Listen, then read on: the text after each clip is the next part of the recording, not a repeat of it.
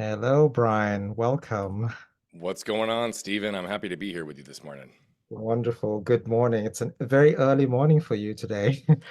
Yeah, but I'm usually up by now, so it's not that big a deal. So I'm happy to be here with you, my friend. Awesome. Thanks, brother. Okay, so we have Brian Bogert here from Arizona. Is that right? Yeah, Yeah, Arizona. Arizona. Wonderful. I'm going to do a quick introduction here, but I want to, I don't want to steal your thunder here. I'd welcome you to describe a little bit about yourself and your journey. But Brian is a transformational speaker and a business strategist. Brian is a status quo disruptor, challenging the normative approach on how to create sustainable growth and lasting change personally and professionally. But Brian, please tell us a little bit more about yourself because I didn't do justice there. Yeah, I always start a little bit with who I am. And the first part I always say is that I'm a husband and I'm a father first. It's the only thing binary in my world. I've said that for about 20, 25 years, but my actions were not always congruent. I'm deeply fascinated in the human experience. I've been studying human behavior and human connection for about 20 to 25 years. And really, it was because of a state of survival. I needed to. See, I'll give the very abbreviated version, but when I was 7 years old, my mom, my brother, and I went to our local Walmart to get a 1 inch paintbrush to complete a home improvement project. Anyone who's known me for about 4 minutes or even a minute knows that I talk fast, I walk fast, and I've had this excitement and vigor for life. So I get to the car, I'm there first because I want to get home and put that paintbrush to use. My mom and my brother are a few feet behind me. And my mom, this is back in the days before there was key fobs, had to reach into her purse, grab her keys, stick them in the door, and turn them before we could go on with our way. And as I'm standing there waiting for her to do that, a truck pulls up in front of the store, driver and middle passenger get out, and the passenger all the way to the right felt the truck moving backwards. So Stephen, he did what any one of us would do, and he scooted over to put his foot on the brake, but he instead hit the gas. So a combination of shock and force threw him up on the steering wheel, up on the dashboard, and before you know it, he's catapulting 40 miles an hour across the parking lot right at me with no time to react. Goes up and over the median, up and over the tree in the median, hits our car, knocks me over, runs over me diagonally, tearing my spleen, leaving a tire track scar on my stomach, and continuing on to sever my left arm completely from my body. Now, I realize that this is a little bit extreme, right? It was a 115-degree day. The next thing my mom hears is my brother saying, "Mom, Brian's arm is over there." And as she gazes up the parking lot 10 feet away, she sees a trail of my muscle cooking like hamburger on the parking lot. Fortunately, there was a nurse there that day that saved my life. She went immediately into action, saved the life and limb scenario that was in front of her. And 24 surgeries later, I'm here, I'm happy, I'm healthy. But what I also have to acknowledge is I know how unique my story is. And in all the times I've told this, what I've also learned is how unique every single one of our stories is. What I've learned and what's important is regardless of the extremities of our stories, what's important is that we learn to pause long enough to pay attention to the lessons we can extract from our stories so that we can become intentional in how we apply those moving forward. And we all have the ability to do that. We also all have the ability to tap into the collective wisdom of other people's stories to shorten our own curve to learning, which is why we're here today, because we're learning and growing from each other. And so I know we're going to get into some of our concepts, some of our philosophies, some of the things that I had to go through to get to where I am today, as well as what I do today. But in the most simplistic sense, I help heart-centered impact makers identify and remove the waste they don't even know exists within, so they can finally step into becoming who they are, fully owning their power and potential, and having the impact and living the lives that they desire. Amazing. We all need that. I like the word waste. We do Mm. have that in all of There's a us. lot of But it. amazing story there, Brian. And it's just amazing to see you here today in the current world, how you've actually progressed and navigated through all of that. So let's just delve right into it. So embracing pain for growth Mm. here, that bit of concept. Your philosophy of embracing pain to avoid suffering, that's quite powerful. Explain a little bit or elaborate, share with us Yeah, how you've yeah. applied that. The first 5 years after the accident, I was a little bit in a fog, but my parents were not. I have to acknowledge this because this is where the concept came from. See, the idea of seeing their son grow up without the use of his left arm was a source of great potential suffering for them. So Mm. they willed themselves day in and day out to do what was necessary, to do what was tough, to ultimately embrace the pains required to ultimately strengthen and heal me.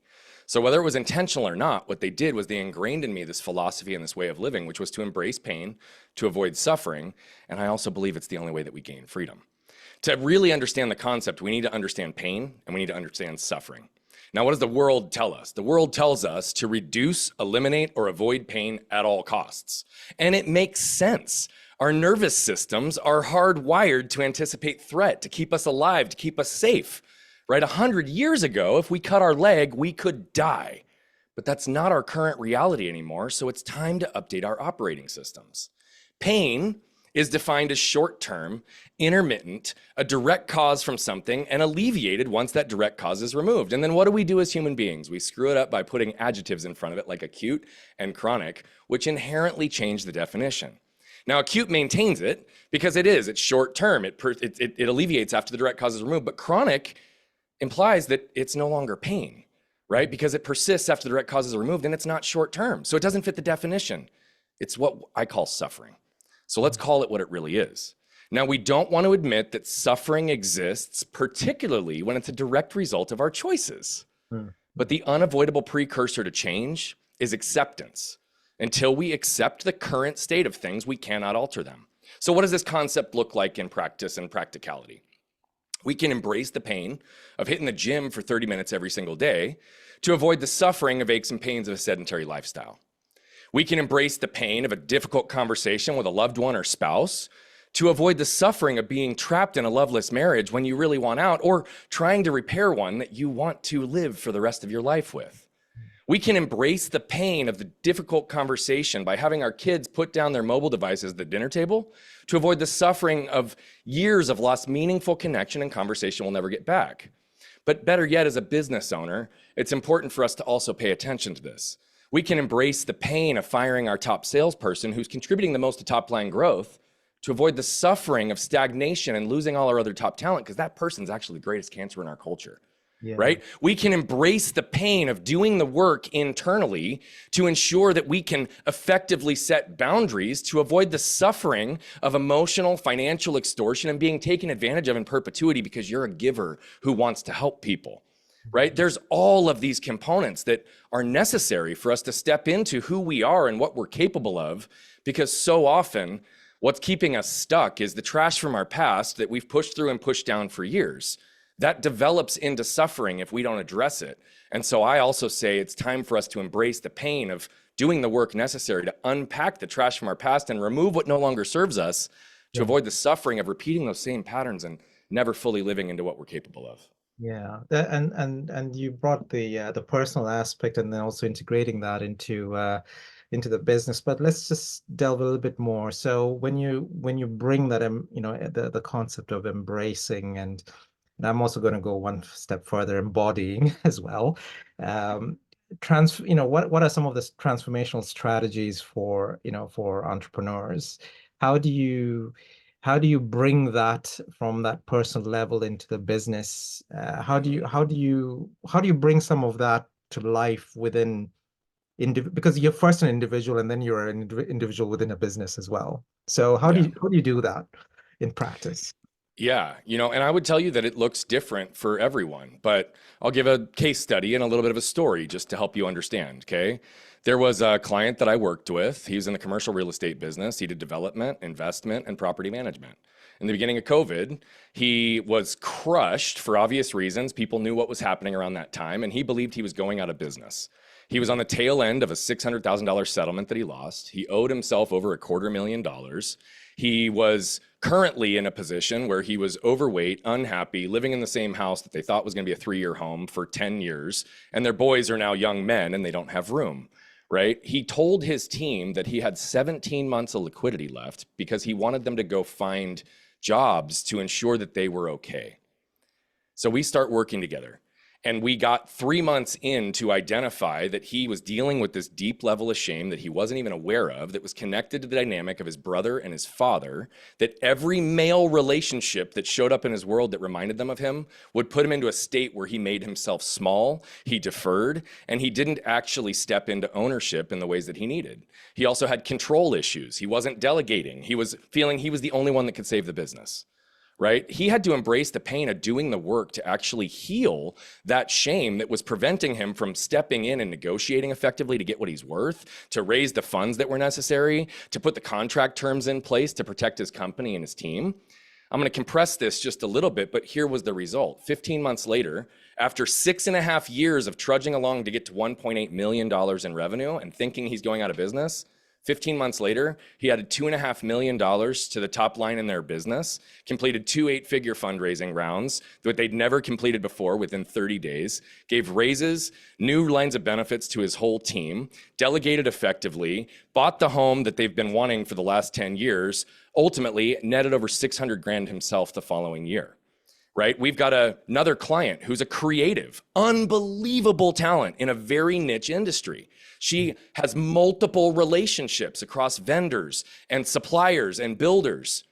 She also has amassed quite the following because as a creative, she knows what to do, and she has 7 million weekly views. She doesn't know how to monetize it. And when working with her, she had to embrace the pain of actually doing the cellular mapping and connection in our first session, which allowed us to realize that her greatest trigger, her greatest shame was connected directly to her profession from a situation that took place when she was 10.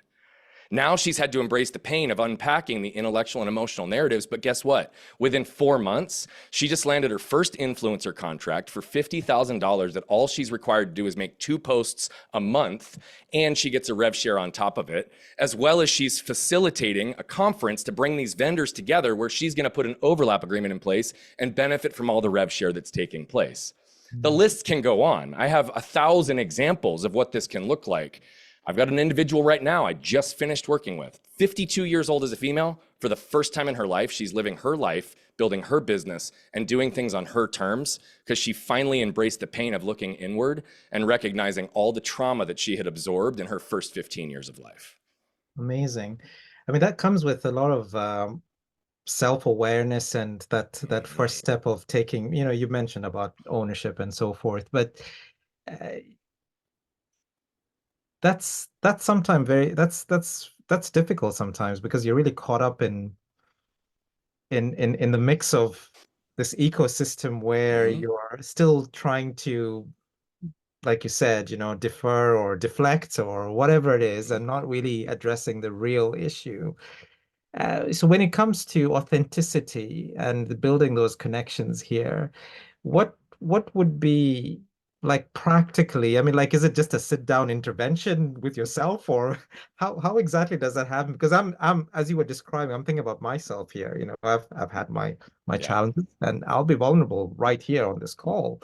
I mean, I've had my own challenges, and I still do as well. And they're Mm-hmm. points. Yeah. So I'm just keen to hear how do you bring that authenticity right there? Yeah. It's difficult, and here's why. Because from the time that we're born, we're the brightest, most authentic burning light we'll ever be. And then immediately parents, teachers, coaches, employers start saying, you should do this, you shouldn't do this. You should want this, you shouldn't want this. You should live this way, you shouldn't live this way. You should want this house, this car, this amount of money. First of all, should is a shame-based word, and it implies whoever you are and whatever you're doing, you're not good enough. Yeah. Okay. And so what starts to happen is we start to put our own armor up because we feel like who we authentically are is not good enough. And we start to live inside this box of who the world has told us who to be. And we forget who we are. Right? I'll give an example for myself, and then I'm going to share a very fast concept around human connection and authenticity that's so critically important. See, when I came out of the hospital, I had a teddy bear in between my arm. And my arm was at 90 degrees, and inevitably people would come up and they'd ask me, what happened to you? They were expecting me to say, well, I was racing my brother down the street on our bikes and I crashed, or I flew off the jungle gym, or some normal 7-year-old story. But what would I do instead? I'd look them deadpan in the eye and say, I was run over by a truck and my left arm was torn off. Now, 99% of those people, after they picked their jaws up off the floor, would pause and they'd turn to my parents for validation, which told me what? They didn't see me, they didn't understand me, they didn't accept and believe the truth that I'm living and existing in, right? And so I got very used to believing that no one would believe me, and I also got very used to being the only one in every room. Right? So though I don't know what it feels like to be a person of color or a woman or have any other types of implications, what I do know is that I know what it's like to be disconnected, to be limited in the way that we're viewed, to be put in a box that I don't want to be put in. Right? So what do we all seek and desire? 4 things. We all want to feel safe. We all want to feel protected, and those are not the same thing. We all want to feel seen and understood, and we all want to feel connected. These last 2 are what we want the most, Stephen. But what happens when we walk into an environment that we don't feel seen and understood, we don't feel protected, we don't feel safe? We protect ourselves. Now let's imagine one of those big black outdoor trash bags, okay? If you unfold it into a square and you grab onto each corner, now hold it up in front of your face. This is your armor. This is what you're using to protect yourself. So you might be going to a networking event where everyone's handing out business cards and everyone wants something from you instead of for you. You could be going back to your family's house for one of the holidays, and you know that your dad and your grandma and your aunt always look at you and make comments in a way that you don't want to deal with, and you start anticipating that before you even go in. Here's the reality. Once your armor is up, I want to ask you, Stephen, how could you properly expect anyone in your life, your spouse, your kids, your clients, the people who work for you, your community, to see who you are, what you're willing to do, what you're not willing to do, your heart, your intent, your boundaries, your soul, your desires, delivered through an opaque force field? And that's assuming that they're not carrying their own that's going to further dilute the message for any number of reasons. Now, why I say this is because the second we protect ourselves, we actually guarantee we're going to disconnect ourselves from the two things we want most, which is to be seen and understood and connected at the deepest level. And the second we protect ourselves, we disconnect ourselves from who we are and what we want in this world.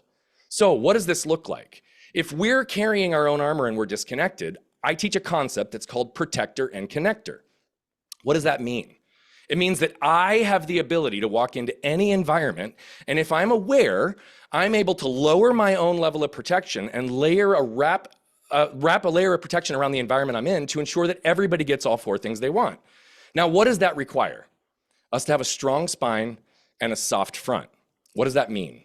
Strong spine is I know who I am, what I'm willing to do, what I'm not willing to do, my boundaries, my heart, my soul, my desires, and I've done the work to realize I have nothing to defend, justify. I'm not worried about criticism. It's almost like Eminem at the end of the movie 8 Mile when he raps off that rattle and he drops that mic and he's like, look, what do you got on me, right? If you have a strong spine, you're unwavering in any environment. So that means you can effectively lower your armor and allow yourself to connect with others. What does that mean? And what do I think of whenever I do this? My wife and my kids. If they want to come to me for love, they want to come to me for light, they want to come to me for leadership, or they want to be consoled, do they want to lay their head down on a metal chest piece of armor? No, they want to feel my chest. But the reality of it is it's also our armor that causes us to not see things clearly. So I'll give one more example and then we'll move on. But what used to happen? I dealt with such shame and such anger in my life, and I was Fort Knox thick in my armor that I didn't even know what was happening around me half the time. My wife would ask me a question like this: hey, honey, what do you want to do with the kids this weekend? But my shame and my anger filter, again, delivered through that armor, would cause me to hear it this way: hey, honey, you've not done enough to be a good husband and father here recently, so what are you going to do to make up for it this weekend?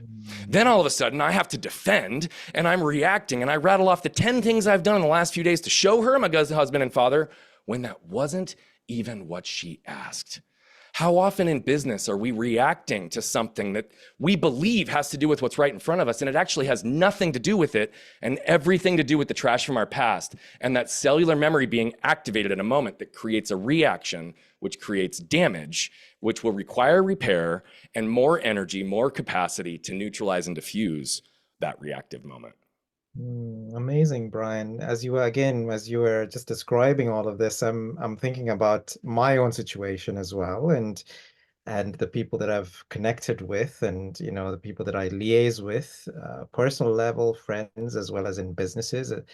And it's true, as you were describing, how you hear things and you translate it the way where based on your own experiences and your own waste, Mm-hmm. and not necessarily taking into consideration the real question that's being asked there. So let's just delve a little bit more. Now, I believe that all of this starts with you as an individual, Mm-hmm. and then when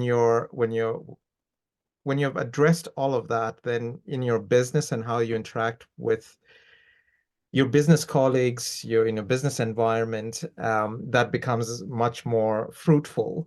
Um, Mm-hmm. Tell us a little bit more on the business side of things. So, you've dealt with your individual side, but how do you now deal with it on the business side? Yeah. So, the reality of it is this all applies to business, right? That same level of armor would disconnect me in moments when I was leading my team in my old risk management employee benefits consulting business, because I'm armored, I've got ego, I've got things that I want to protect. And so everything needed to be perfect, it needed to be controlled. And so there was higher pressure on my teams and reactive moments sometimes when things were not done to the level or standard with which I believe. Now, the reality of it is that I was told that mindset and mental toughness were the most important thing. What does that mean? Brian's narrative for a long time was Brian's good, Brian's strong, Brian's capable, Brian can do anything himself, Yeah, which yeah, was true. And I also didn't know how to receive or ask for help. But I re-broke my arm at 20, almost lost it again. And that shaped my belief system on this because I got resentful. I got frustrated for all these people that I'd done things with. Why am I going here? I'm going to bring it to the business piece, I promise. But here's the truth. I was isolated, I was alone, I was depressed, and nobody was there. And I was getting angry. But guess what? The world bought into my narrative. Brian's good, Brian's strong, Brian's capable, Brian can do anything himself. And in one of my most vulnerable periods in my adult life, I didn't have the courage to ask for help when it actually would have provided something. So I started to focus on what I believed were the glue that bound human connection, vulnerability and authenticity. But as a leader, this is what I would do. I would share just enough about myself to get someone else to lower their armor so I could drive a Mack truck through and avoid my own problems and focus on theirs, because I was in control and I was in leadership. I would do this with my teams all the time in our prior business. But those two pieces are very critical. I believe true strength hides behind vulnerability. But what I also realized is later, 32 years old, well into business, well after starting to understand some of these pieces, that when I shut off physical pain because it exceeded my ability to cope, I shut off mental pain, spiritual pain, and emotional pain for 20 to 25 years, and I didn't realize it. Human connection without emotion isn't human connection. And as soon as that piece shifted for me, my relationships with my clients went to a whole new level of depth and intimacy, because I allowed myself to have that strong spine and soft front and lead them down pathways. Right? We're selling risk management, employee benefits consulting services, but most of the time I'm coaching them on things that are going on in their lives that are showing up and affecting their business. Or they're, as a business leader, getting frustrated because their teams never see and understand them. And they're like, my intent is this, and I keep communicating this, and how come my team can't understand it? Guess what? If you're delivering any message through that armor, your intent will never be captured. Your actions will. See, yeah, the world will never judge you based on your intent. They will always judge you based on your actions, even if you're unconscious to what those actions look like. And so reactive moments that suppress, compress our teammates, make us feel egotistical, drive them away, all impact our ability to get the best out of our teams and the best out of ourselves. And so if we can recognize that there's a misalignment between our intent and our actions, then really the only way to facilitate that is to actually unpack the trash from our past, transform our waste into wealth by recognizing that we need to be vulnerable. We need to do this work so that we can effectively lower our armor and lead ourselves and our people to the level that we're capable of. yeah. This is great great advice here for individuals and business leaders. Yeah. One thought around trauma and historical pieces as well as present. I mean, the different schools of thought here. Um, and I've come across this and I've been conflicted myself. But I've come to a state where um, I look at balance here. So one school of thought is don't focus too much on past and Mm-hmm. trauma in the past. You focus on the present and how Mm-hmm. you'd be taking that forward. I mean, some of these are scientific as well. And then there's Yeah. other concepts where we talk about, well, focus on your past because your past defines you, and that's how you would progress into the future until you resolve that past piece. Only then would you be able to move on further. Mm-hmm. In my view, it's a bit of balance, but I'm just curious to hear about your views, Brian. Yeah. I mean, I'm not going to stray too far from even what the science suggests, right? But here's what I believe. The truth will always set us free, right? Mm, There's that old saying that says it. The yeah. issue is for most people is that their truth is buried in the trash from their past, right? And so if we actually look at what does this mean, what make very, very clear to people, a couple of things out of the gate. The first is the trash from your past is not your fault. It just becomes your responsibility once you become aware of it or you start burying others in yours. The third pillar in our 5 pillars of waste to wealth is unpack. And it's literally sitting in it to feel in order to heal, which I've said for years. Now, there's science that points to this as well. There's 40,000 cells in the heart that are called sensory neurites. They're brain-like cells that have shown that if you go through the intellectual process of unpacking the patterns of your past alone, and you don't embody the associated emotions, those 40,000 cells don't heal, and neither will you. Now, most people say, Brian, I don't want to feel like garbage anymore. You're telling me I got to dig through it, I got to sit in it, I got to do these things. I don't want you sitting in your garbage in perpetuity. I want you sitting in it only long enough until it points you towards what's important.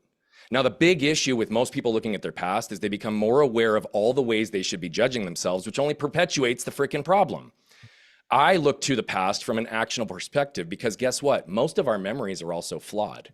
What we're actually trying to identify is the intellectual, emotional, and physical narratives that are causing those reactive moments to be activated at a cellular level on a regular basis so that we can understand what to do about it, right? And so here's the reality. Most people say, I don't want to dig through my trash. But Stephen, do you take out the trash in your house and your business most days? Yeah, you probably do. You take out your trash because otherwise what happens? It piles up, it overflows, it gets stinky, it gets heavy, right? So then the question becomes, Stephen, if you knew somebody, or I'm just going to say this to the whole audience, if you dropped your wedding ring in the trash can, would you dig in and get it? Oh, yeah.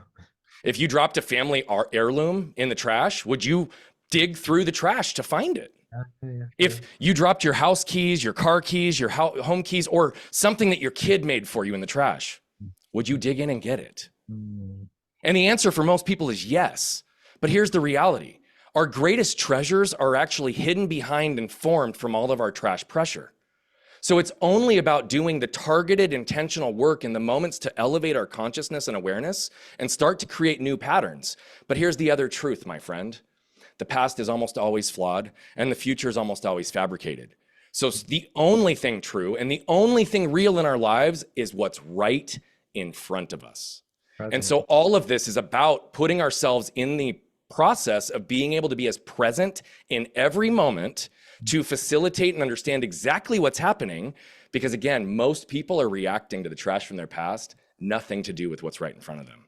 So this is about creating freedom. It's about creating growth. And it's actually about creating capacity and time, because when we're not carrying all that heavy weight, right? When we're not sitting in a place where our armor is up, Fort Knox thick, and we're always on edge and we're always doing these things, that zaps our capacity, it zaps our focus, it zaps our flow, it zaps our time. That's what everybody wants more of. So if that's what you want, dig through your trash and find it, because that's where you're going to find freedom.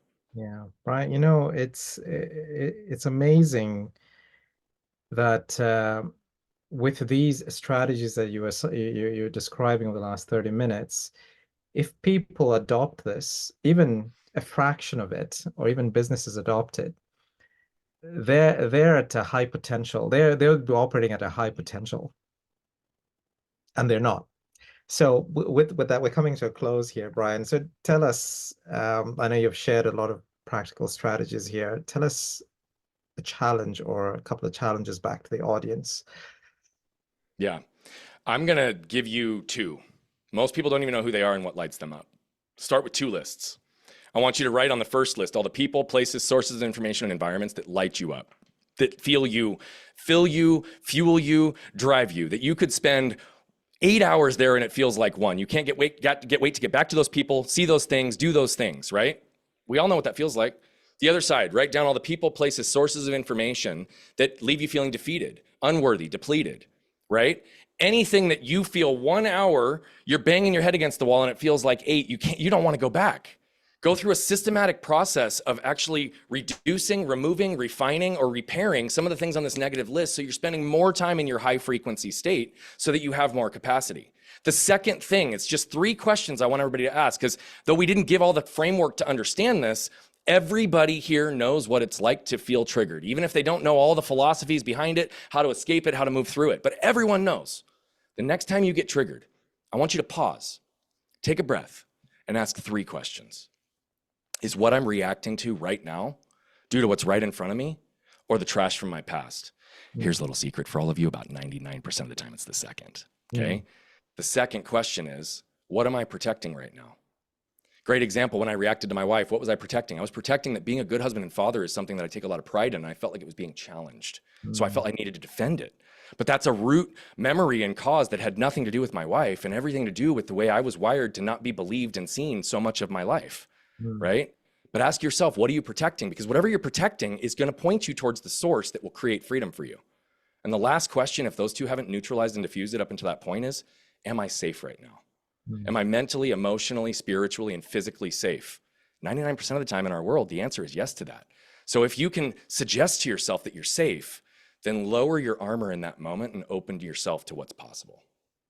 Amazing, Brian. This is very insightful, um, very rich, and